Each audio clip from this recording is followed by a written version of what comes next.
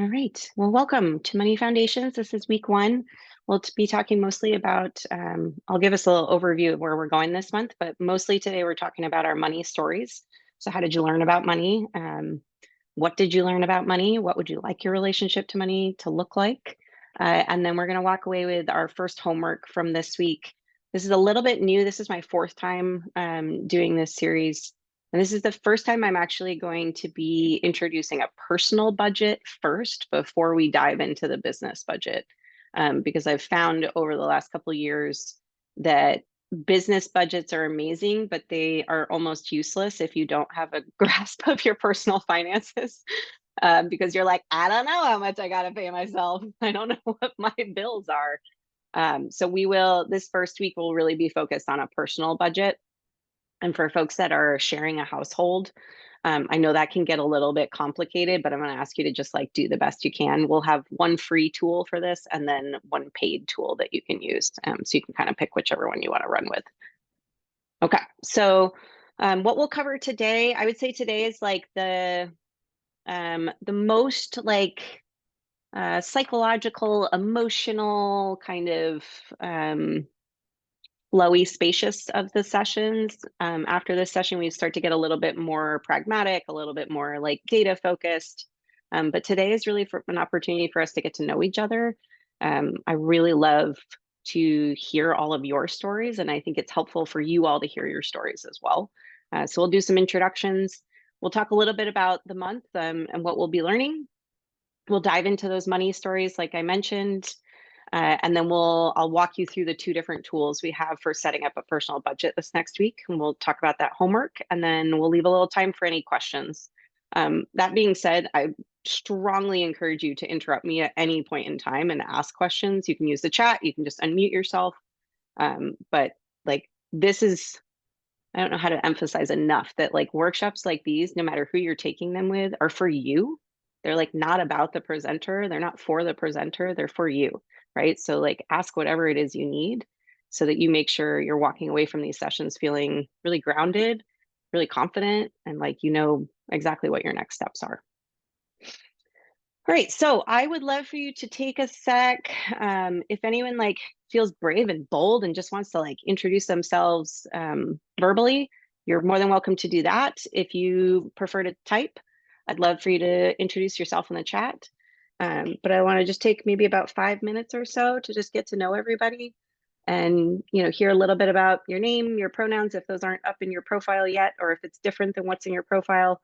Tell us a little bit about your business. Most of you, I'm assuming, are business owners. Do I have anyone that's not a business owner that was like, I just really wanted to come?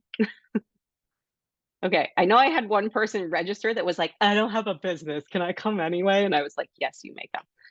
But I don't think that person is here right now, so that's fine. So I'd love to hear a little bit about your business, and then really like, why did you sign up for this series? Some of you emailed me really amazing, wonderful responses, which we'll dive into a little bit today. But I would love for the group collectively to just kind of hear why you're here. Why do you want to be here this month, and why are you dedicating time to this topic? So I'm gonna open up the floor if you want to. Yeah, go for it, please. I'm Rose, and my pronouns are they and she, and I just started a private practice. I just got my therapy license in British Columbia. Congrats. And I don't have any clients yet. So like, do I have a business? Like, when does Yes, it you become do. a business?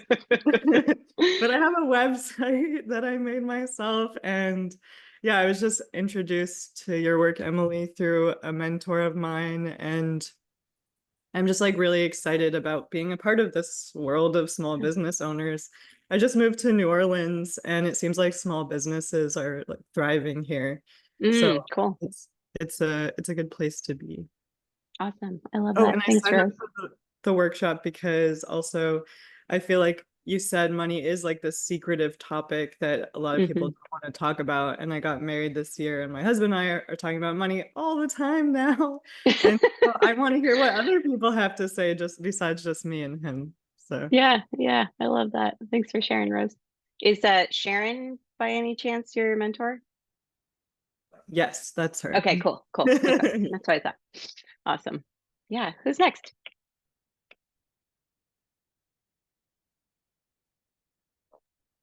I can go.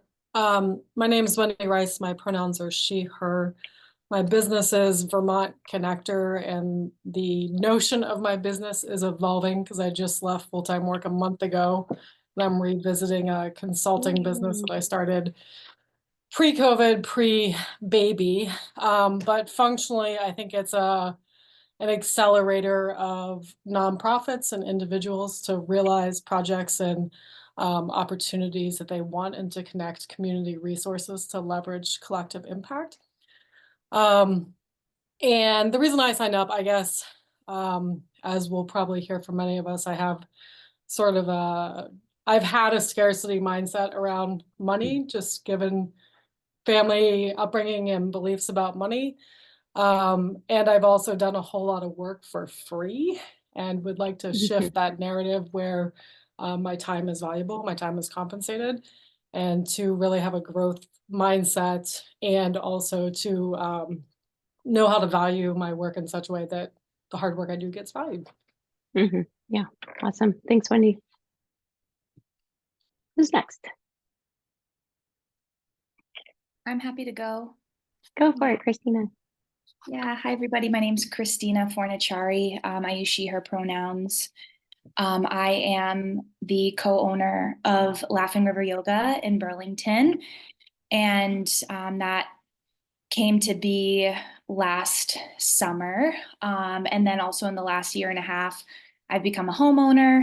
I'm also expecting my first baby. Congrats. That's a lot in 1 year. Yeah, so all of a sudden, like the scale and magnitude of numbers that I am working with have gone from like 1 0 to like multiple zeros. And so I'm still kind of like getting my footing when I think about my personal finances, and then also this business that is an established business, which affords some breathing room and flexibility. And at the same time, the yoga piece and the community piece comes really naturally for me. But when it comes to the financial components of running a business, I really feel like I'm working from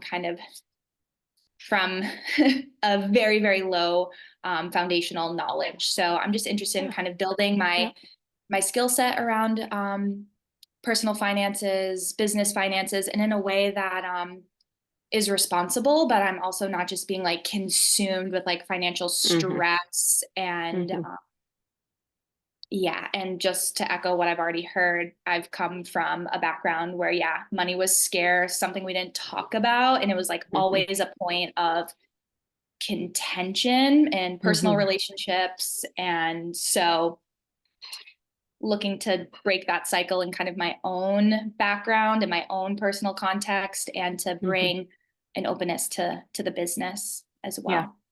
Yeah, I love that. Thanks, Christina. Yeah, there's something, whenever I work with clients one-on-one, there's this like moment that we always discuss around when you decide to be a business owner, you actually have to decide to do two things. So you have like whatever the craft is for you, that's yoga, right? That you got into doing business for and you love, and usually comes pretty easily and like is energizing and fun. But then all of a sudden this whole like this other shoe drops and you're like, oh fuck, I have to be a business owner too. And like that's a whole different skill set, right? And like a whole different knowledge base. And I think it's it's one of the many challenges around capitalism is like we don't have opportunities where we can just do our craft and just make a living. We have, if we want to do our craft and we want to do it the way we want to do it, we have to become a business owner. It's like this forced position. And then that comes with a whole litany of things that we have to know how to do, right? And if we don't know how to do, the business fails.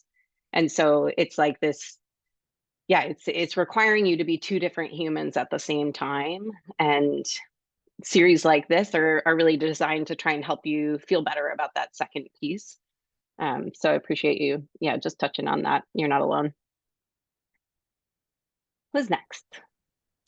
Excuse me, I'll go next. Go. Boy, what people have been saying has deeply resonating. My name is Joanne Endo. I use she, her pronouns.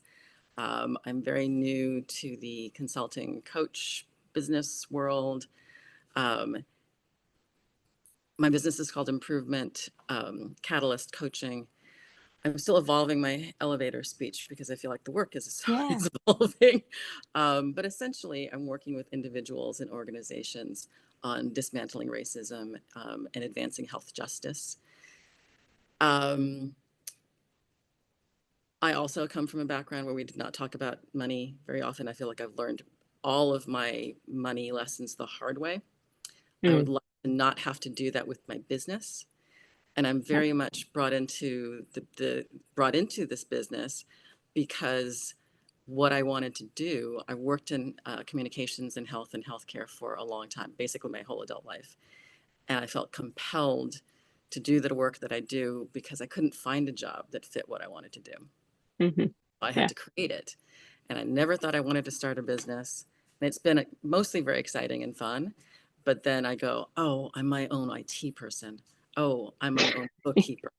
Oh, Yeah.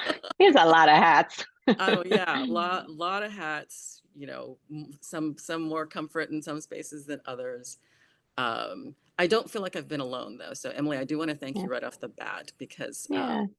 just some of the recordings of sessions from the CWE that I've joined have been so like Awesome. mind expanding. Because I do want to do this in an anti-capitalist way. And when you introduced yourself in that way, it was like, I can do this. I can do this in a way that aligns with my values. I'm really excited about that. So Awesome. thank you. Yeah. Thanks, Joanne. Appreciate that. I threw it in the chat there, but happy to talk. If anyone was like, what is she talking about? CWE workshops, I can share more about that at the end, just so folks know that that is an available resource. Who's next? I could go next. Awesome. 'Cause I have to jump off at 9:30 and then come back. I was really looking forward Yeah. to the session. And unfortunately, first of all, I woke up with a bad cold. Oh, no. So I'm trying to get my transitions and all, but happy to be here. I don't own a business, but I'm excited to just see other people who own businesses here. I'm like, okay, that's empowering. I'm Yeah. also in communications. I do DEI and communications, and it's been a rough year. So there was a while where I wasn't working because of visa stuff. And so I have a lot of debt now that I'm catching up with, like cards Yeah, and all. And of course, it's very shameful to talk about. So of I'm course. just like figuring it out. And, I feel like there's a better way to do this than just like give them all my my money. So Yeah. I'm here to just, figure out how to kind of find my balance again because I feel like I'm not there. And of course, also being someone who's neurodivergent, I'm terrified about owning a business, but I feel like that will support the way my brain thinks. So here to just learn from you all about, your businesses and how you're doing, and maybe that will energize me to start something. Yeah. Some. Yeah. Thank I you. love that. Thank you. So we obviously follow each other on Instagram and talk frequently, but can you pronounce your name for me? Yeah, it's Abimbola, and I can put it in the Abimbola. chat. Okay. Yeah. And do you go by Abby too? I saw like Yeah. okay. Yeah. I saw it like pre-prompt in my newsletter as Abby. So I don't know if you had put it in that way. So I just wanted to make sure I was saying your name correctly. Awesome. Thanks for being here. It's exciting to see you finally in person, Yeah, same even if here. it is digital. Yeah. Awesome. Who's next? I'll go next. My name's Lori Lisa. I use she, her pronouns, and I am a life coach for midlife women. I use something called human design to help women usually make some kind of pivot during this phase of their lives. And I too grew up in a sort of scarcity household, single parent kind of situation for quite a while, until my mom remarried, and then things kind of loosened up a little in terms of the money situation. And so I find myself just trying to kind of unravel stories around female empowerment and money, for one. So I have definitely I've read lots of money mindset books, and I feel like it's just ongoing work. So super appreciative of you, Emily, and your approach, which feels really fresh. Thanks, Lisa. I appreciate it. I'm glad to have you here. All right, who's next? I can go. Yeah, go, Sandy. Hi. My name is Sandy Conta. I own a business called Done Being Good. I've been in business about a year, and for the first phase, I really leaned into fair play. I'm a fair play facilitator, which is I teaching don't know what people. that is. It's a book by Eve Brodsky, but it Oh, essentially, wait. I think I know what you're talking about. And there's a card deck too? yeah. Yeah. Okay, cool. Yeah, So teaching couples how to share chores equitably. I love that. Yeah. And did a lot of workshops. And during that year, I've been taking Martha Beck's coaching program, and I'm nearing the end of it. Like, I've finished it and I'm doing my practice hours. So in an ideal world, I'll launch in November. Congrats. Yep. Thank you. It's been amazing. I work with women who resonate with the idea of done being good, and I think a lot about societal conditioning and how a lot of our thoughts aren't from us, from inside us. Yes, they are not ours. Yeah. Yeah. And like having, women move forward in a way that feels more authentic to them. I resonated with your lens, Emily. That's why I'm here, because I really feel the tension between wanting to be accessible, like that is so dang important to me, and then also get paid. Yeah. Like, Yeah. I haven't mastered that. Yeah. Yep. I have a podcast episode that I'm trying to find quickly for you because it's talking about some of the things. Let me grab it really quick here. Oh, this isn't it.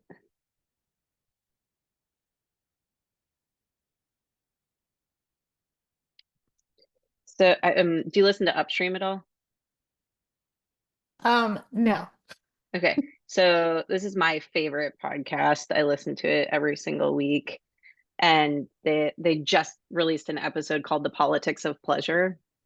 And it is so good. And they talk about how like how our desires are manufactured by consumerism and capitalism. And it's like mind blowing when you start to think about like, do I want that? Is like, where is that desire or pressure to do something coming from? Whether it's like purchasing a pair of jeans or like the way you approach sex in your relationship, or like just it can go like anywhere and everywhere. It's really fascinating. So I encourage you, if you haven't if you don't know of these folks, Eric and Zarina, their research is just like fascinating, and I think you would really like that. Thank you. Yeah, totally. Thanks for sharing. All right, who do we have next? I think we have just a couple more. Yeah, I can go. yeah, go for it, Lake. Hi, I'm Lake.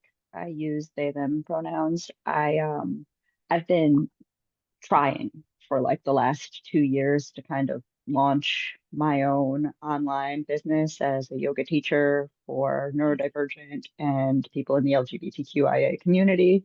And I'm really happy to meet everyone here and hear your stories, because I'm also really struggling with like trying to provide accessible, equitable classes for people who don't have a lot of money, but I don't have a lot of money either. And so I'm doing a lot of work, for free, to the point Yeah. of where like Yeah. I'm doing my like state taxes, and it's zeros every month. And I'm like, Yeah. if I keep Yeah. not making any money, they might like just cancel my business registration. They might So- start to question what's happening. Yeah. Yeah. So yeah, I would like to figure out how to have a better relationship with money, because like my family put themselves in a lot of debt early on in life, and I was like, oh, I'm going to avoid that by like not interacting with money at all. So Yep. learning from the beginning here, and really excited to hear what you have to share with us. Okay, I'm just gonna put this. Thank you so much, Lake. You're like, I think maybe the third or fourth person it sounds like so far that's like kind of working on this contradiction between having services that are affordable, but also covering your cost of living. And so I'm just going to put this comment in the chat. It'd be super helpful if you can just thumbs up this comment if that is like a relevant issue for you right now. So I'm just going to say like,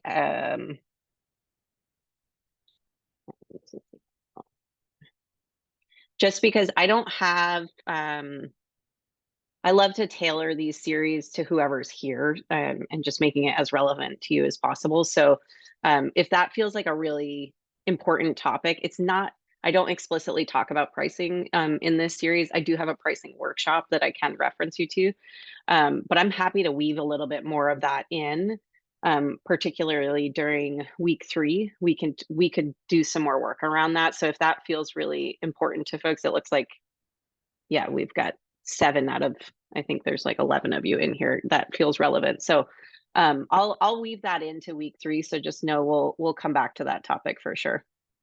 Thanks, Lake. I have RB and Carrie, I think, that I haven't heard from. Would either of you like to introduce yourselves? I can go. Yeah, go I'm for gonna it. stay off camera for like a variety of reasons. No worries. I'm Rachel, and I am launching a high-end pet care business.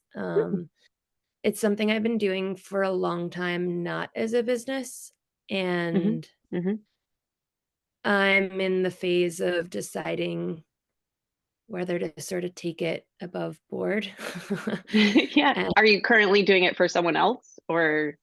no, I've always done it for me. Oh, okay. And Just like under the table, or yeah, is that what you exactly. mean? Yeah. Okay. Got it. But I think I just wanna, yeah, I wanna take the leap into self-employment.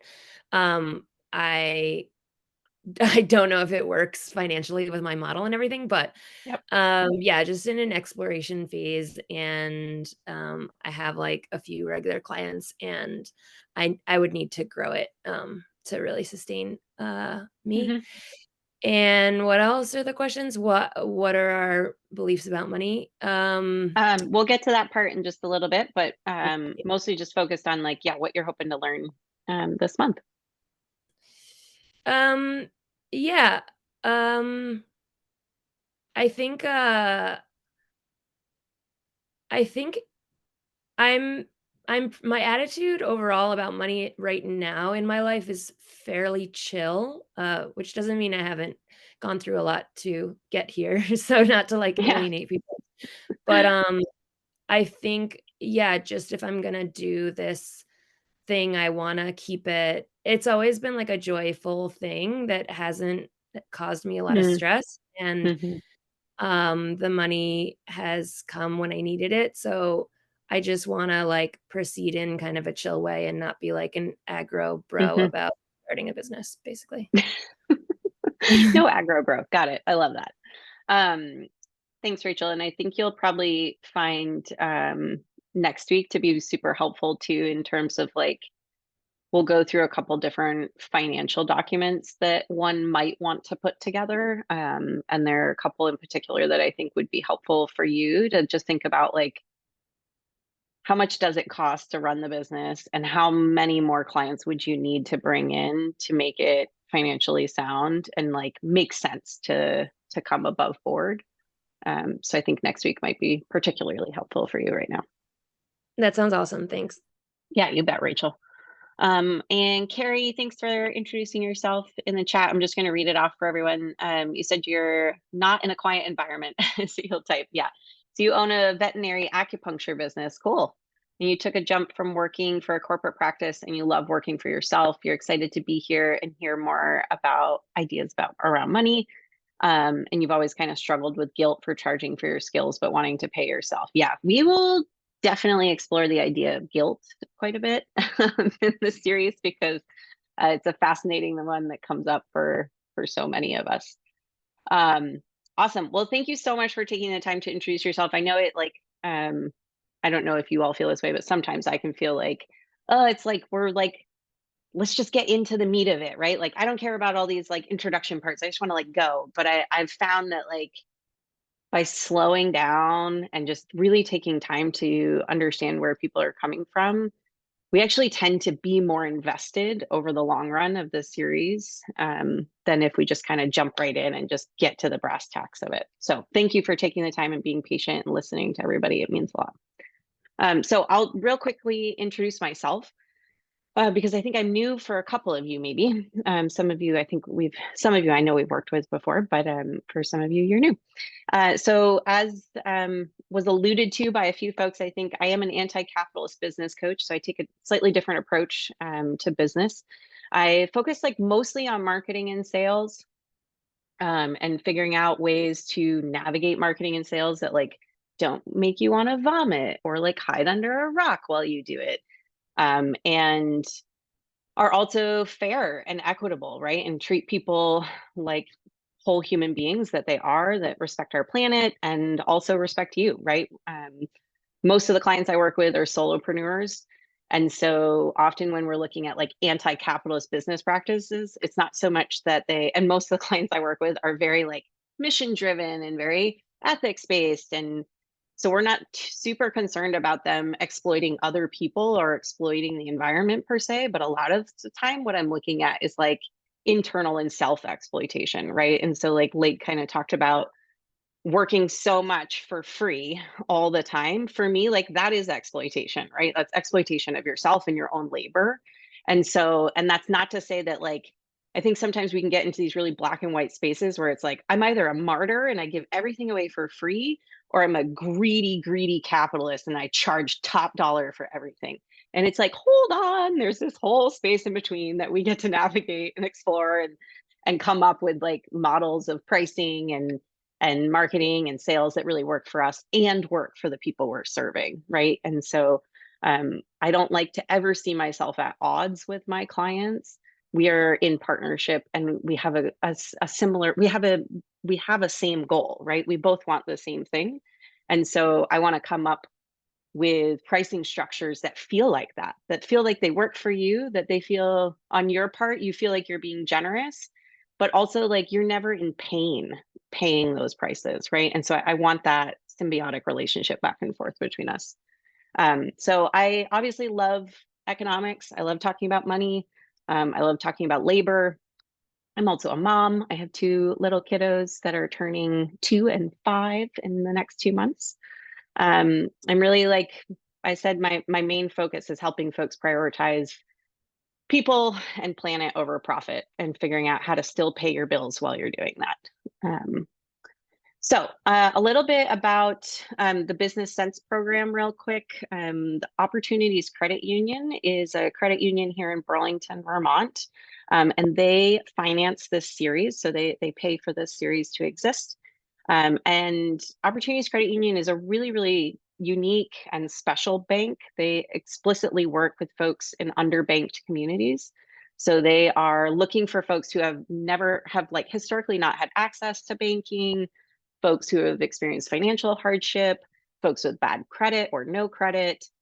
So this is like one of the best, if we have to use banking systems, like this is the banking system you want to use.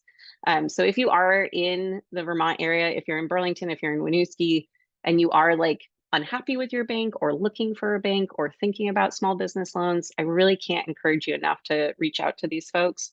Feel free to tell them I sent you. They're a nonprofit. They've got a really wonderful board. My dad is on it at 80 years old. He's so great. And yeah, so they're a great resource. We put on other workshops. I host free monthly office hours through Opportunities as well. So I can tell you about that later on. And then you can also do a couple free business coaching sessions with me through Opportunities. We do anywhere from 1 to 3 sessions with folks through there. So just know, like, if you need some help down the road, it's usually more designed for, like, I have one specific problem I need help with. Can you help me with this one thing? Like, I don't know how to set up my email system or something like that, versus like an ongoing support. We can talk about other ways to get help with ongoing support. But yeah, just know that these folks exist and they're around and they're great. And thank you, Opportunities, for having us. Next, I would love to just give us a quick definition, a working definition around anti-capitalism, so that we all feel like we're kind of on the same page. This definition comes from Toy Smith. Is anyone familiar with Toy Smith? Yeah, some of us. I'll just grab their Instagram for you because they're pretty great. And I'll throw that in here just so you can follow them as well. So Toy Smith defines anti-capitalism as really just being against exploitation, right? And so when we talked about kind of those polarizing black and white spaces we can get into, being anti-capitalist does not mean that you're against earning money. Like, this is the number one complaint I get when I tell more mainstream business owners that I'm an anti-capitalist. They're like, oh, so you don't like money, you do everything for free. And I'm like, well, clearly you don't have a working definition of capitalism or anti-capitalism, right? And so capitalism is really, all capitalism means is that it's an economic system that is exploiting laborers' labor, right? They're taking that labor and the surplus value from that labor, and they're consolidating it, right? And so, like, for instance, a really easy way to conceptualize this mentally is like, if you work for Starbucks as a barista, you might make let's say you get paid $250 a day to work at Starbucks, right? You probably make $250 worth of drinks within the first 3 hours of work, probably, right? But you go on and you work another, I don't know, 6, 7, 8 hours. All that 6, 7, 8 hours that is beyond the $300, like, right, your $300 that you've made drinks for has covered your labor. That extra money that Starbucks is taking in, that extra $600, that is surplus labor, right? So that's how capitalism works. It's like you're taking that surplus labor and you're consolidating it, and the laborer themselves is not receiving that benefit. So to be anti-capitalist, we're working on not exploiting surplus labor. For many of you, you don't have employees, so you're kind of like on a baseline, mostly anti-capitalist, right? Because you already don't have employees. If you have employees, I strongly encourage you to start thinking about what it looks like to have a cooperative model, to have an employee ownership model, to have a profit sharing model, right? So what are you doing with that excess profit? And so, like, Patagonia was a great example of this recently, right? They decided that they're no longer going to use that surplus profit and consolidation. They're going to reinvest it either into the business or donate it.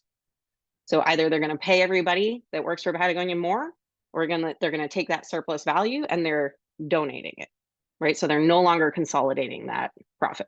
Does that make sense? This is like economics crash course in 90 seconds. Cool. Okay.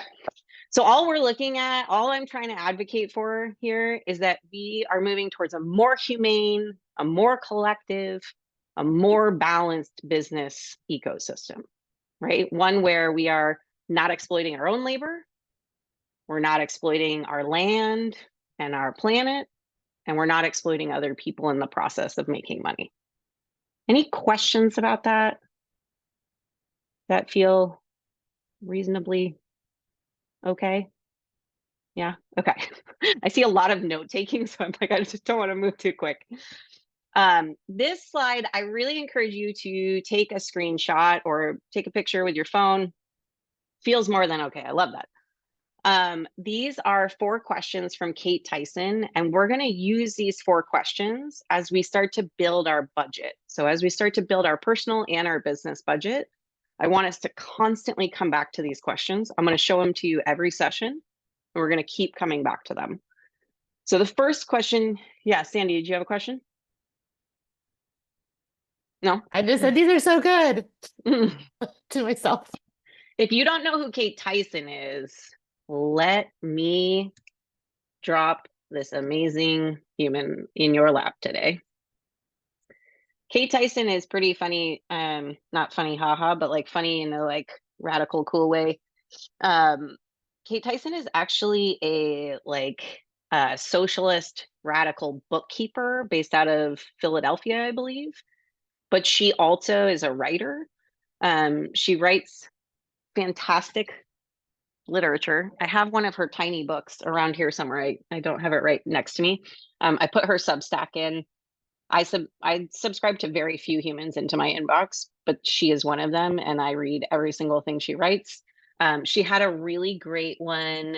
We're gonna, in the last week, we'll talk about paying yourself, and I will reference this article, which if you're just a nerd like me and like reading things, you should read this one.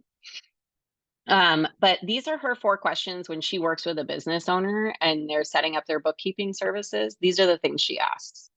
So the first question here is, where can your business best be in service to the collective? I think this is a piece that sometimes, no fault of our own, that we like lose sight of, right? And because capitalism teaches us to figure out like what is sellable, right? But what is sellable is not always what is needed, right? And this is how we get like endless like knickknacks and gadgets and like 15 billion different colored backpacks. And like those things, yes, are sellable, but are they needed? Are they of service, of value to our community? Or like, do we need those things to live better lives? And I will want to be really careful here. This isn't to say, and they talk about this in the podcast episode I shared around the politics of pleasure. I'm not advocating for a world where we only meet our needs. Like desires are important, right? Wants, having things that feel good, that taste good, that are fun, that are not necessarily needed. Those are important and they need to be a part of our space. Absolutely. And I think there is a limit sometimes to like how many types of cereal we have or how many different chip varieties we've created, right? Like there's a balancing point between what is purely just consumerism and just making shit because we know it will sell versus what people actually need. An example of this is I had a client who does printmaking. She does these amazing, beautiful block prints. She's a sailor. She lives on a sailboat. And so it's all like ocean themed. And not everybody, she had a large contingency of people who were like, will you please make t-shirts? She is like a hardcore climate activist. And she was like, the last thing we need is more fast fashion. Like, no, I'm not making t-shirts. Like, I just don't want to make t-shirts. It's not in alignment with what I'm setting out to do, nor do I think we need more t-shirts. So it's this kind of question of like, where are we uniquely qualified and suited to help?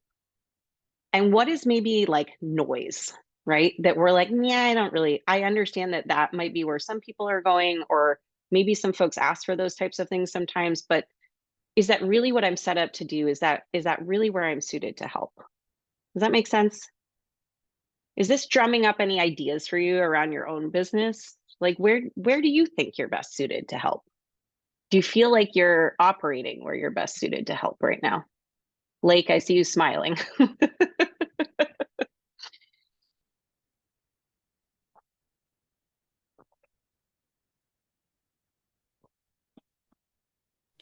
I just appreciate this framing so much more than what is your unique value proposition?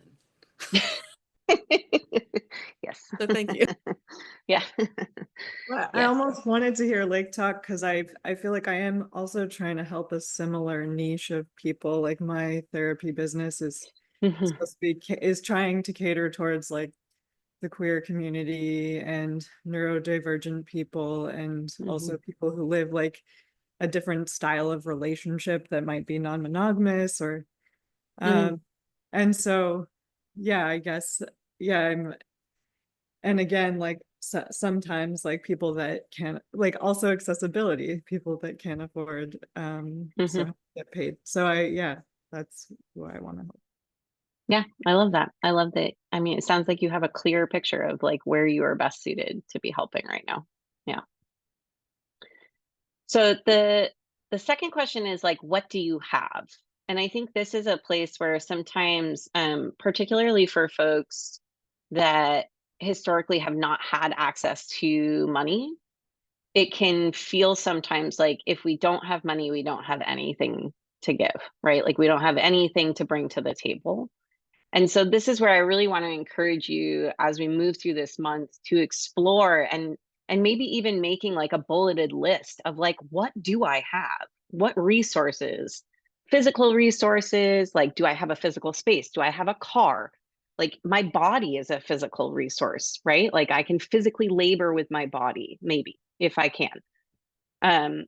You know, what intellectual resources do I have? What have I learned over the past years or my whole lifetime that I can bring to the table? Are there ancestral resources I have access to? I am a third generation entrepreneur. So both my parents were business owners. My grandmother was a business owner. I think actually my great grandfather was a farmer. So we could argue that was a business owner.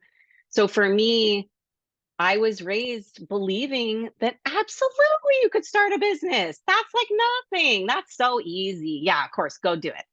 Right? That is not most people's case. Most people are like the first in their lineage to start a business. Often that happens, right? And so for me, I get to rest on that confidence that like, yes, entrepreneurship makes sense and is doable for me. So what are some of the things that you already have that can make this journey possible, right? The third one is on the flip side of that same coin. What do you need, right? What are you still in need of? Are there, and like also thinking about, you know, we'll be doing a lot of addressing what your needs are this month in terms of like, what are your personal budgetary needs? What are the needs of the business? Like how much, you know, I met with a new client yesterday and she grossed, I think like 70,000 last year, but she only netted 9. So she has a huge overhead, right? And so when we think about her business's needs, she's an artist and she hosts travel retreats, right? So she takes people to Ireland, to Guatemala, to New Mexico. That costs a lot of money, right? Like that is not cheap. And so we're figuring out how do we make these resources make sense, right? Because netting $9,000 a year in this current economic state is like not possible, right? Like that doesn't, it's not, unless you have a partner who's supporting your finances, which some of us will, and that's okay, that's great. You know, thinking about like, and then also what are our community needs, whether it's just on your street, like your actual immediate neighbors, like what needs do they have?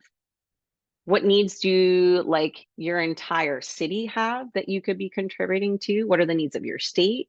What are the needs of our country? What are the needs of our world? We have a global economy, right? We are not just, it's not just a localized economy anymore. So just thinking about what are those needs and looking at them through the lens of, lastly here, what am I set up to do? Right? So there are going to be, as I'm sure many of you know, endless needs, right? Whether personal or communal or client wise, like, or world wise, there are endless needs. So what are you really set up to do right now in this year? What are you set up? What are you capable of doing right now?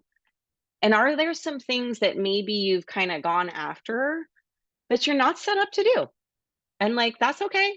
Like, it's not a judgment thing, but it's kind of an opportunity to check in and be honest with ourselves. Like, am I set up to do that yet? Because if I'm not, am I really, like, how much of service am I going to be making that effort? Right. Yeah. So like for me, I really want to start to bring a piece of, I'm obsessed with everyone being housed. I want people to have housing. And that's not currently part of my business model, like addressing that need. It's something I'd like to move towards. I don't really know what that looks like yet, but like I'm not set up to do that right now. And I might not even be able to do that in the next year. But if that's important to me, I can start to think about how do I move towards that, right? Yeah. Any questions about these 4 questions? Any reflections or things that came up for you that you want to share? AKA give me a break from talking.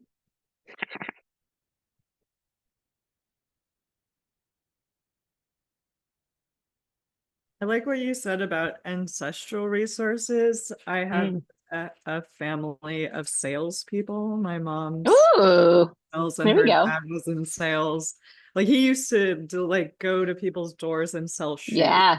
I love I it. definitely feel like sitting at the dinner table every night. My mom was in timeshare at one time, just listening to it, like it's a kind of a weird industry, timeshare, and she was there at the height of Yeah. it, very cutthroat, Yeah. like, and so I learned a lot about sales, and I feel like that is an asset to me owning a business. I don't know if the Yeah. way she did it, but just like the Yeah. concept of it and the psychology of it.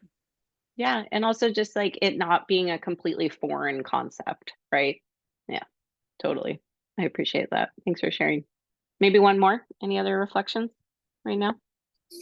Yeah, I wanted to just comment on this kind of first question about what are you like uniquely qualified to support? And I just find that so helpful because like there are so many heartbreaks in our world. There are so many things to care about and fix and remediate. And Yeah. I know for me personally, that has resulted in the past of feeling like kind of like I don't even know where to begin, and that can be overwhelming. And Yep. so it kind of holds you back from doing anything. So Everything. yeah, Yeah. so this honest assessment of what am I uniquely positioned for?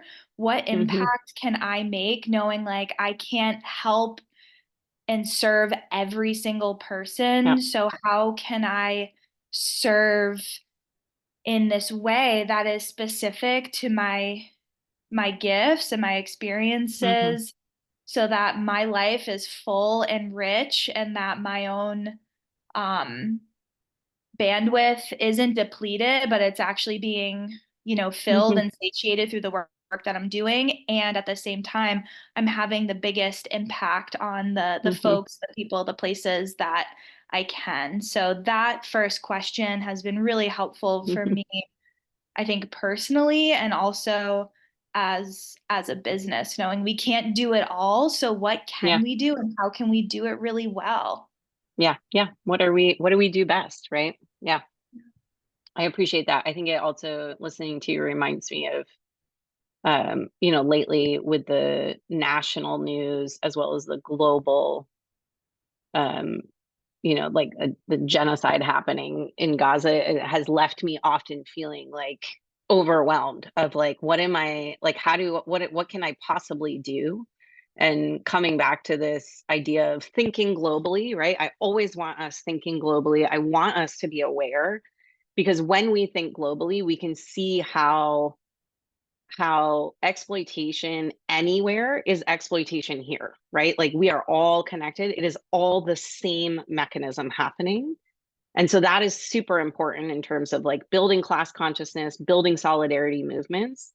But I'm always going to act locally, right? Like, so when I actually put my freaking feet on the ground, that is here. It's here in Burlington. It's in the North End.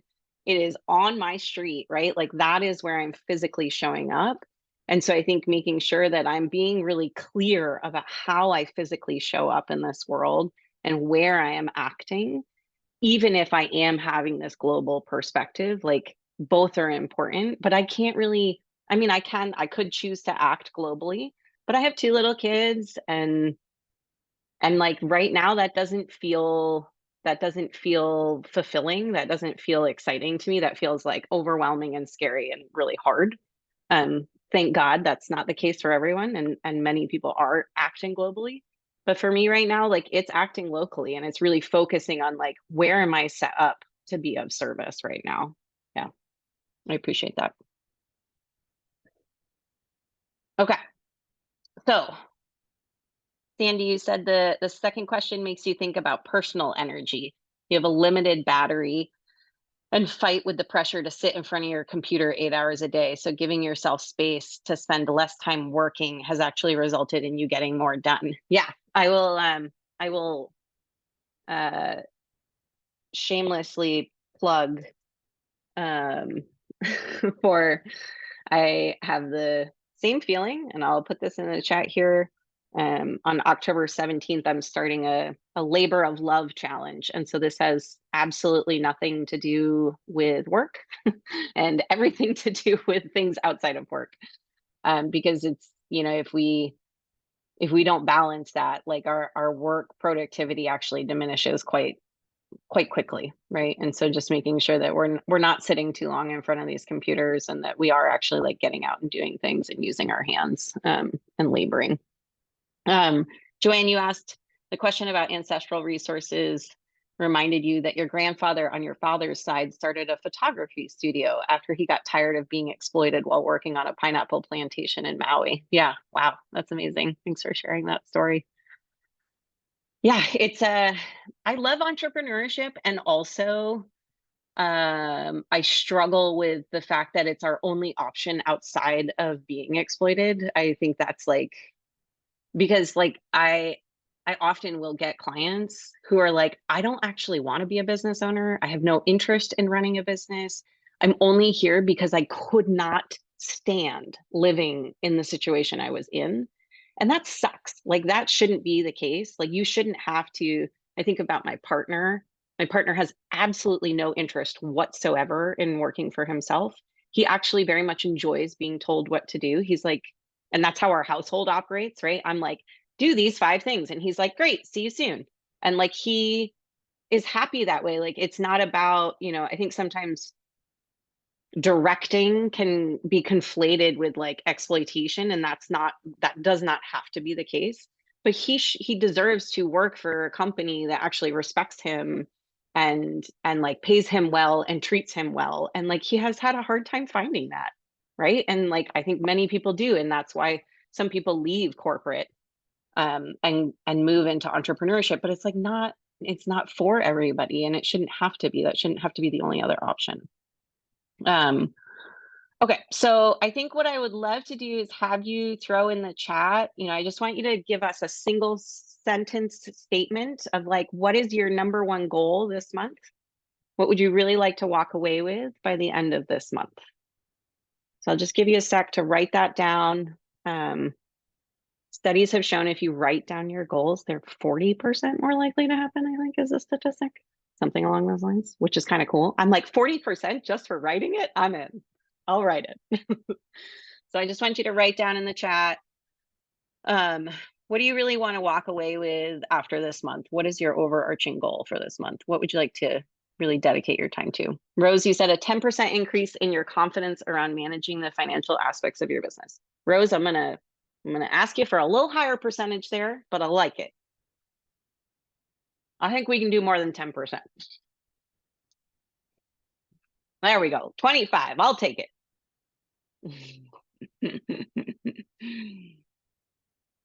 Sandy, you said feeling grounded when it comes to pricing. I love that. That's a great one.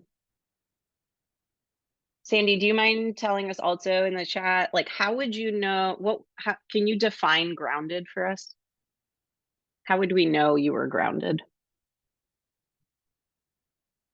Rachel, you said a grounded attitude towards owning a business, confident about my business story, and that it's not necessarily impact driven.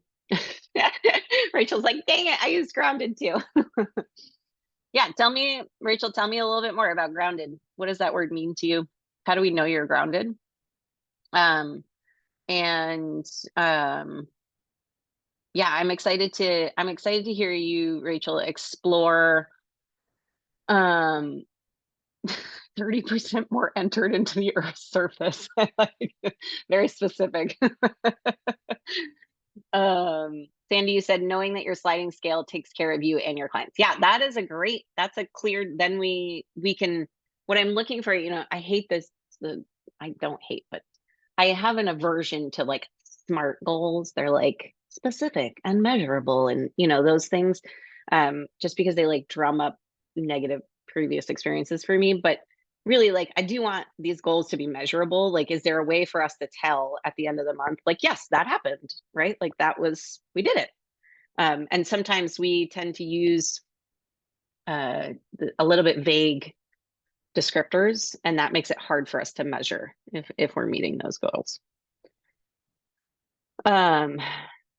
And Rachel, I'm excited for you to explore the idea of like a business story that is, in your words, not necessarily impact driven. I'll be curious to hear more about like your why and like why you like doing the work you do. Joanne, you wondered if you can borrow Sandy's goal. Go for it. Let's see. Oh, I jumped through. Christina, you said you're not sure what your goals are yet, but you're still you're feeling a little bit in an ambiguous place right now. You'd like to come away feeling more financially literate personally and professionally and equipped to be less fear scarcity driven. Awesome. Lisa, a reboot out of scarcity mode and into practical optimism with finances, feeling more confident because you have tools, budgets, and feeling supported by them rather than avoiding them out of guilt or shame. Yep. Carrie, increased confidence that your pricing is fair both to you and your clients. Doesn't need to be original. It works as it is, Carrie. I love it. And Wendy, you said your goal is to set up successful financial systems for your business and to begin conceptualizing how your services meet the needs of the collective and how to meet your financial needs with what you offer. Awesome. I love it. Okay, perfect. All right, and a little bit about my goals for this month. My goals for you, in addition to like learning all the financial stuff, is to also see, I think many of you already know these things and live these things, but my goal for you is to like steep yourself more deeply in them this month and also pass them on to other people that you're engaging with this month. And so, my ultimate goal in all the work I do is to build class consciousness, to see that we are more alike than we are different.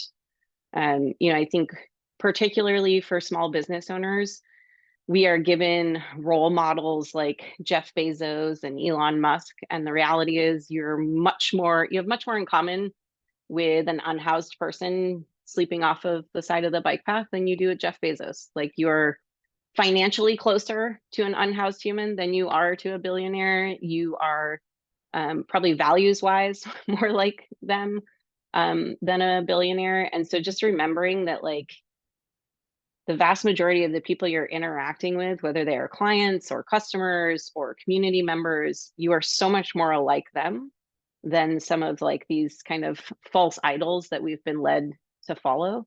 And also seeing how like capitalism directly shapes our relationship with money. And, when we talk about things like guilt or scarcity mindsets, I really want to encourage you to question whenever you're having those thoughts, like, where did that thought come from? How did I learn that thought? Like, is that my thought? Or did I learn that somewhere, right? Did I learn that through social conditioning in some capacity or through a parent or caregiver or a teacher or a peer or a boss, or like, how did I learn that idea that is playing in my head right now? And I just want you to think a lot about how, like, whenever many of us, as we move through this month, will be like, my finances are a hot fucking mess. Like, they are a mess. And some of you may get through this month and be like, oh, fuck, I spend way more money than I have any right spending. Right. And so how do we move through that learning space without feeling like it's a personal failure, and instead being able to kind of step back and be like, oh, wow, this is a culmination of many, many things happening, right? It's not just me. It's not my lack or inability to pull myself up by my bootstraps. Like, this is actually a structural failure in our country, and most of us are experiencing it. And I also hope for you to, like, as we listen to people talk about their experiences through this month, just seeing how race, gender, age, sexuality, all of these different demographics influence the way we engage with money. They all influence who has access to money, how we access money, how we think about money, how we use money. And so just making space for different experiences and hearing about that. Like you said, by the end of the month, you'd like to have something resembling a financial plan for the next year. I love that. Have more clarity on how much I need to make to support myself and a schedule for handling finances that doesn't feel overwhelming. Awesome. All right, let's talk a little bit about that. Lake, that's a perfect segue into what we'll discuss. So today we're going to spend the rest of our time in this session, just talking a little bit about money stories. I just want to shed a little light on some of the ideas we have around money so we can all just be aware of those ideas as they start to pop up throughout the month. Next week, we're going to be really focused on like the financial documents. So you're going to hopefully come next week with your personal budget filled out. And in that session, we'll debrief the personal budgets you've created a little bit, answer any questions that are coming up for you. And then we'll dive into a couple different things, a couple different financial documents. So the first will be a profit and loss statement. This is where, as soon as I start saying these words, people's eyes start to glaze over, and then like the fear response starts to seize up in your body. So just like notice if that's happening for you and try to wiggle it out a little bit. But we'll go over a profit and loss statement. We'll go over a business budget. We'll figure out how to set that up. We'll go over a cash flow projection, and then we'll go over a balance sheet. Some of these, most of you are not going to want all 4 of these. So I'm going to ask you to probably just pick like 1 or 2 that feel really useful and focus on those instead of like totally overwhelming yourself with all 4. Is anyone, just show of hands real quick, is anyone considering getting like a small business loan or a grant? Like anyone looking for money, outside money? Just so I know. Wendy, maybe. I was wondering if you might be. Anyone else? No? Okay.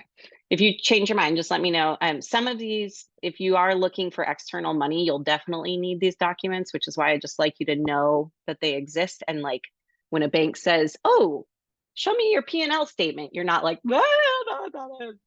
right? You at least like have some acumen around that. So we'll talk about that.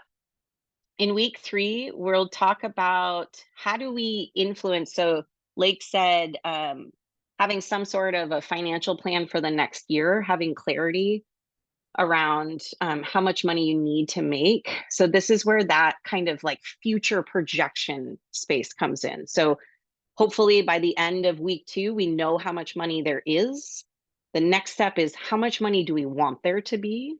And where does that money come from, right? So we start to project outward into like kind of a futuristic landscape. And we can also talk about pricing during this week as well. And then week 4 is how to pay yourself. So show of hands, who pays themselves regularly? Christina? Anyone else? Everyone, Lake's laughing. I love it. What is that? What is payment? Joanne, you pay yourself regularly? Okay, cool. So by the end of this month, my hope is, like, one of my goals for you is to set up an automatic payment. It can be $5 a month. I do not care how much the amount is, but I want the system to be set up so that we can slowly grow that payment. Ideally, we get to a place where like you get paid every other week, right? And it's like a paycheck and it's the same amount pretty much every week. And then what we start to move into is a place where you start to bonus yourself throughout the year. So you pay yourself the same thing every other week, and when extra money comes in, you get to have a bonus, right? And we can kind of discuss what we do with those bonuses if we don't want to keep it all. Okay, so we have about 20 minutes left, and I'd love to just spend maybe like 10 of it just talking a little bit about what you know about money, what you've learned about money. So our first 2 questions here are like, what have you explicitly and implicitly been taught about money? What specific stories or sentences do you remember while you were growing up that either caregivers or teachers or peers would say about money?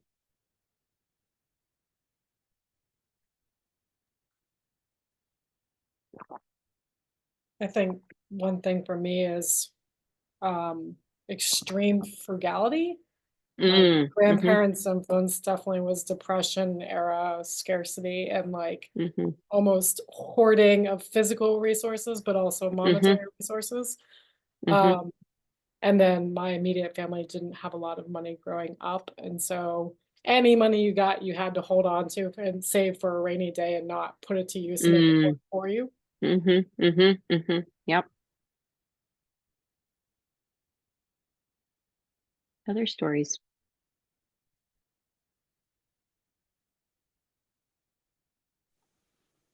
In my family, it was never, ever talked about. Yeah, just not talked about at all. Just not talked about at all. Like when people talk about, like these messages, these examples, it's like, I don't remember anything ever being explicitly said about money. I Do you remember, remember feeling whether or not there was money? Like, how did you know whether or not there was money? I didn't think that much about it until, I remember visiting a family and they had a much bigger, fancier house with a Mm-hmm. pool. Mm-hmm. And ooh, this is different. This is somehow different. Um, Mm-hmm. and I also remember a time when I was about 7 or 8 where it was an economic thing, in the country. And so everybody was sort of quote unquote tightening their belts, and Mm-hmm. suddenly making my clothes, and we were doing all kinds of things that were different than we'd done before.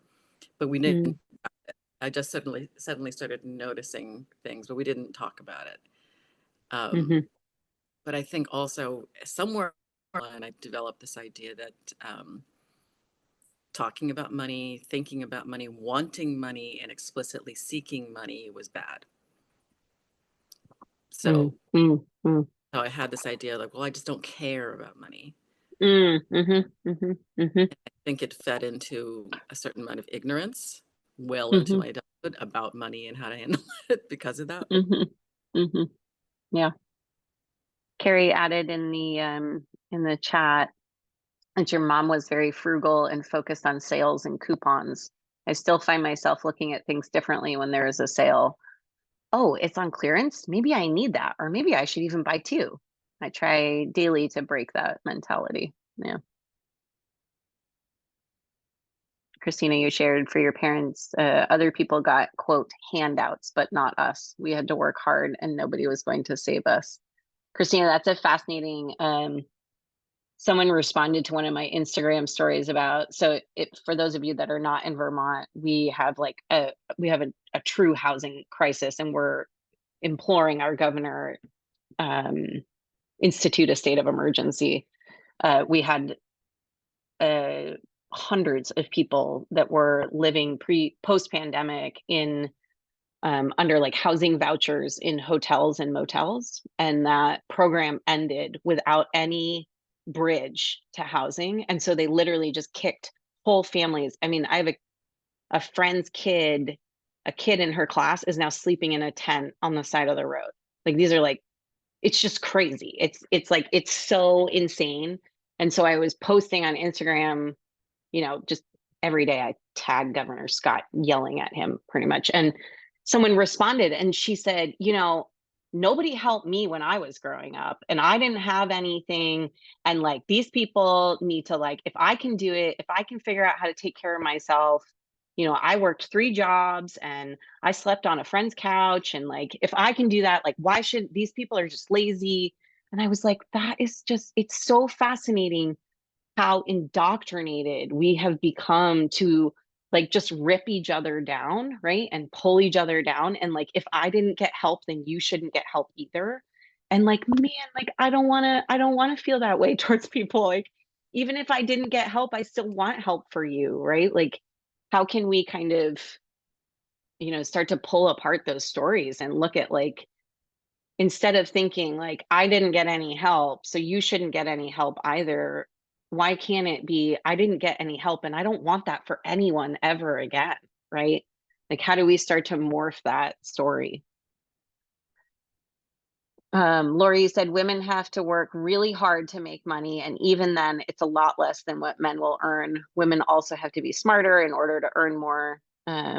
Thinking of Rachel's mediocre white man idea. Yeah, yeah. Other I stories. Yeah, go for it.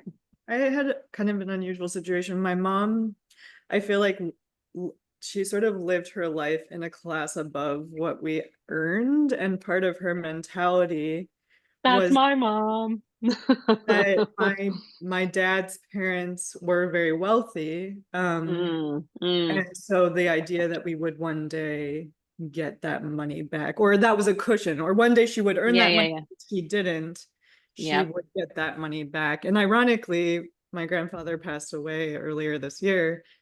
And she like said to me, oh, the inheritance wasn't as much as I thought, but she's earning a lot more than she thought she would be earning at this point, so Yeah. it doesn't matter. But it just like felt very dark, and I feel like this Yeah. shame. Yeah. I was like, should I share this? Like, it feels very shameful. That you're like counting on someone dying to like rectify. Yeah, I don't know. Yeah. Anytime we feel shame, it's always best to share if we can, because the second we shine light on that shame, it becomes less, right? It's just a little less shameful. I had a really similar experience. Rose, a little different. My parents' grew up quite poor, but then my grandmother on my mom's side became an antiques dealer and like was, I think nobody wants to say it, but I think she was probably like wildly unethical and nasty and like stole stuff and like sold a bunch of stuff and like things that maybe shouldn't have even been sold. And like she was able to consolidate quite a bit of wealth that my mother inherited. And my mother has spent her entire life projecting being at a different class level than she was raised at, and pretending that we had way more money than we ever had, to the point where it put them in significant debt. And even now, like, they're both, my parents, my dad's 80 and my mom's 79, and I'm like, I'll be amazed if they don't outspend like their retirement before they die. Like they just, but like the idea of not being seen as upper middle class is so excruciatingly terrifying to them. And for me, it's been a lot of unlearning of like, when we bought a small ranch out in the New North End, and like it was built in 1950, and it's the original kitchen, and like the stove is like 30 years old, and like it's, and my mom was like, oh, you got to replace that stove immediately. And I have noticed that over the last 4 years, I refuse to replace the stove out of spite. I'm like, nope, I want my shitty stove because I don't want to be like you. So it's like, it's just interesting how we like, and that's all money, right? Like that's just all like concepts about money. It's fascinating how it kind of weaves into all these little nooks and crannies of the way we live. Yeah. Okay, so a little bit about moving forward. I'd love to hear some answers to these questions. So when you think about where you're going, how do you want to feel about money? How do you want to feel about your ability to make money? What would you like your relationship with money to look like? And I'll remind you that money does not equal capitalism, right? So money is an innate object. It has no moral value. We ascribe a lot of moral value to it, but itself does not. And so if you can try to parse away some of like maybe shameful feelings or feelings of unworthiness, and just kind of explore like, what do you really want your relationship to money to look like?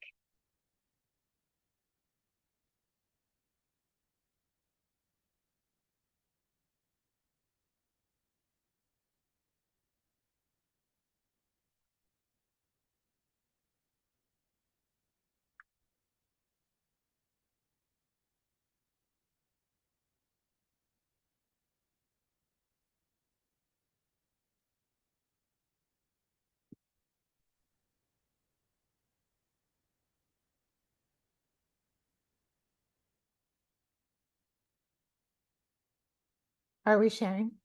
Mm-hmm. Yeah, go ahead. I have yet to like have what I would consider a successful business. Like I have kind of been in launching. My partner, I'm privileged. He, funds our lives right now. But I have no proof in my ability to do this successfully, and Yeah. that equals like doubt. So I want to feel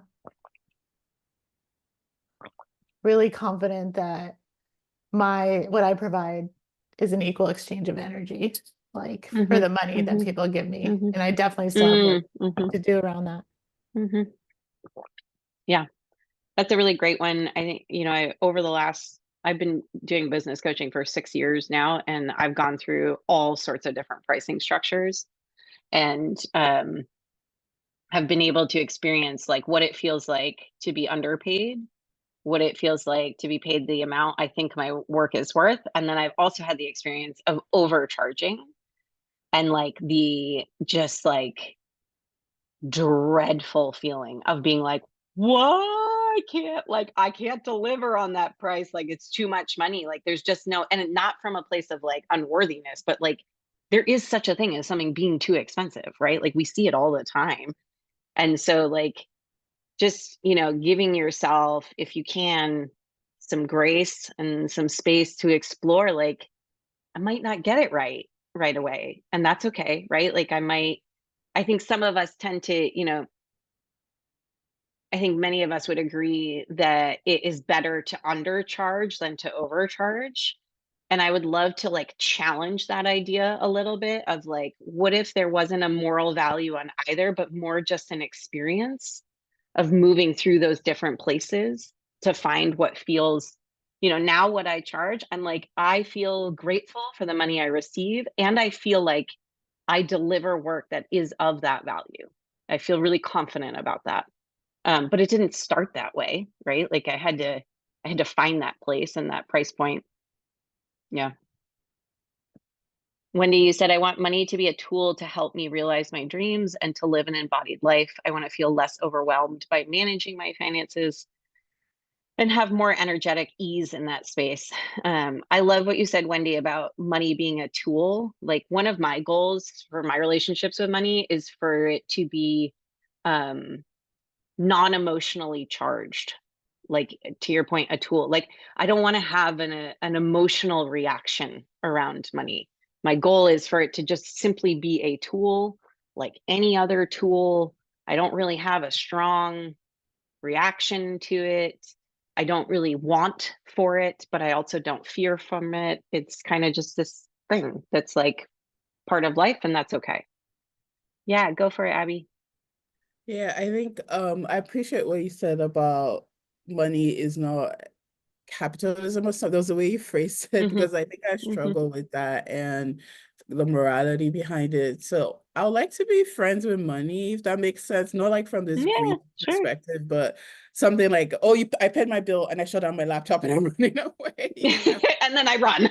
Because that's kind of how it is. Like, oh, let's see what's in my bank account, So I want to be friends, like feel comfortable and not feel like I'm running away constantly to this thing that's going to consume me. Yeah. Yeah, I appreciate that. And to your point, Abby, so like just to give some historical reference, capitalism's been around for a couple hundred years, but commerce has been around for thousands of years.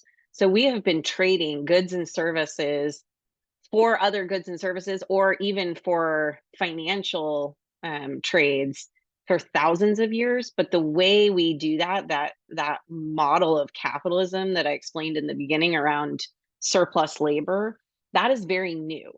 The only reason it feels like it's always been around is because it's been around for our lifetimes. And so we haven't seen a universe where it didn't exist. But in the grand scheme of humans, like it's actually quite a new phenomenon. And so like just knowing that like I do not believe that there is anything inherently evil around commerce and like trading goods for services, right? Like if I bake a loaf of bread and give it to my neighbor, and my neighbor also comes and watches my kids for 2 hours, there's nothing wrong with that. Like that's not taking advantage of anyone, right? Like that is bartering my goods. And so, how do we kind of remove ourselves? But like what's happened is we've conflated the idea of money with capitalism, and that's not actually true. And so trying to kind of pull those pieces apart and have a little bit more of an impartial relationship with money and a very critical relationship of capitalism. Yeah. Yeah, Carrie, I love that. I'm glad the non-emotional charged sounds like a dream. Yeah. Okay, I'm gonna bring us into our homework as we wrap up in these last 3 minutes. So the first piece of your homework is going to be to figure out when you are going to do your homework. So I would like you to open your calendars if you have access to them. And I would like you to find a 1 hour time slot every week this month that you are going to dedicate to your homework for this series. And I would like you to tell us in the chat when that is.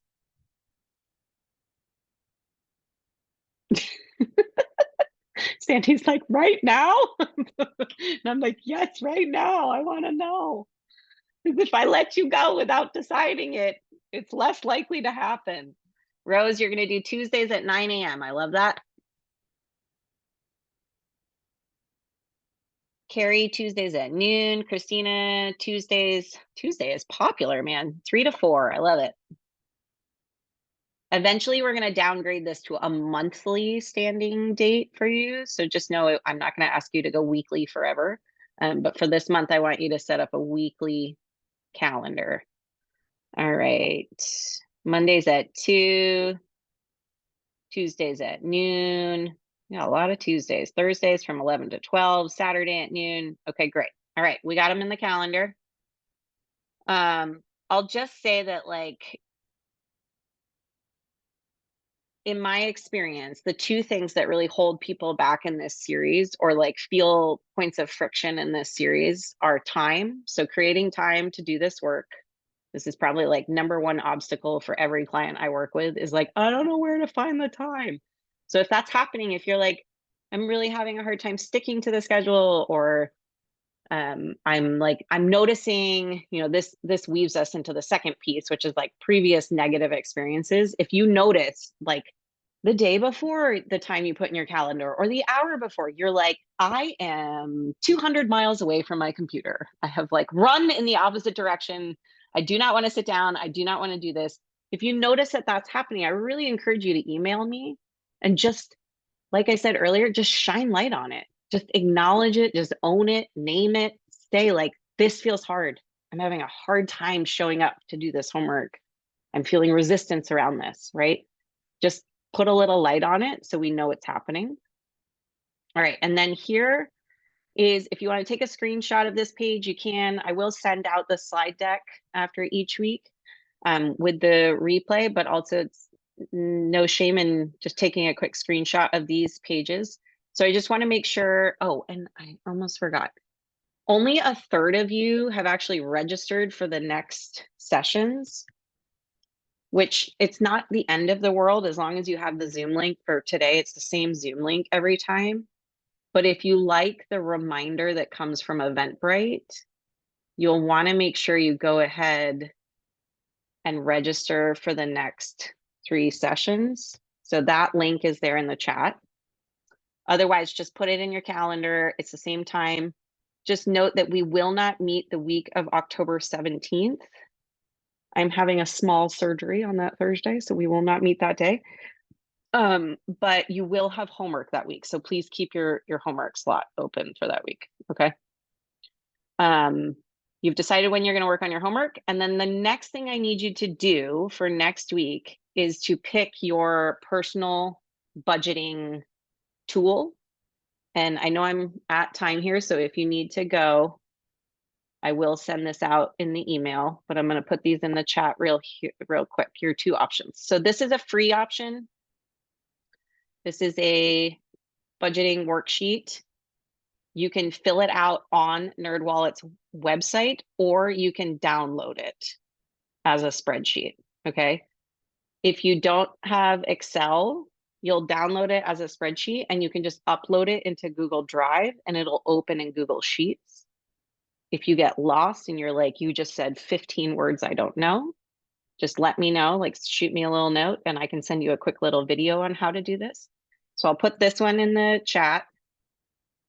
So that's the free one. Wait, what happened? Did I post the same thing twice? I did. I don't know why that happened. I didn't like my copy paste. Okay, so that's the free version.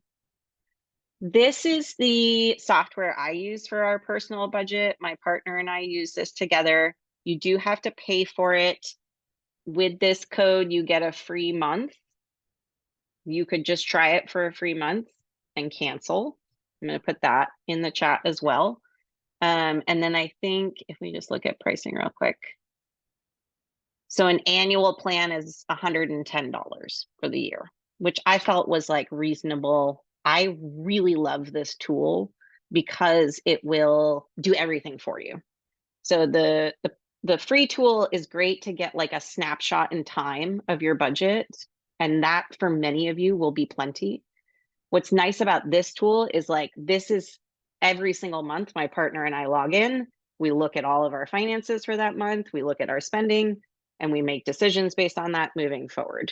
What's also nice about this is like our credit cards connect to it, our bank account connects to it, it pre-categorizes everything for us, right? So like all we have to do is like click like, show me fixed expenses, show me variable expenses, show me how much we ate out last month, show me, and so you can search that way, which is a very nice feature. If you're going to use this long term, I would encourage something like this. And then, but otherwise, just fill out this free budget planner for now. You could always switch over to the other one later on too. I just need to have some idea of how much money you're spending and then how much money you need to be making, right? So I just need those numbers because that's going to influence our business budget significantly. It'll also influence our calculation in week 4 of how much to pay yourself. Cool, Lori. Yeah, there are millions of different budgeting tools. Like if you like looking through these things, feel free. I fucking hate looking through tools. It drives me nuts and I do not find it fun. So when someone tells me that they have something they like, I'm like, great, let's do that. Okay, so that is all I have for you right now. These are all the places you can find me if you have questions or you need anything. And then I can hang for a couple minutes if anyone has questions, if there's anything you want to talk about right now. But I know like 90 minutes is a lot. Most of us start to get a little itchy and ready to get up and move on to something else. So I'll stop talking. Let me know if you have questions. Otherwise, I will see you next week. You are released. Class is dismissed. Thanks a lot. Yeah, you bet. Thanks so much for coming. Yay. Wendy, do you have a question? Yeah, go for it. Oh, you're muted. I'll wait till Carrie addresses whatever questions she has. Carrie, do you have a question?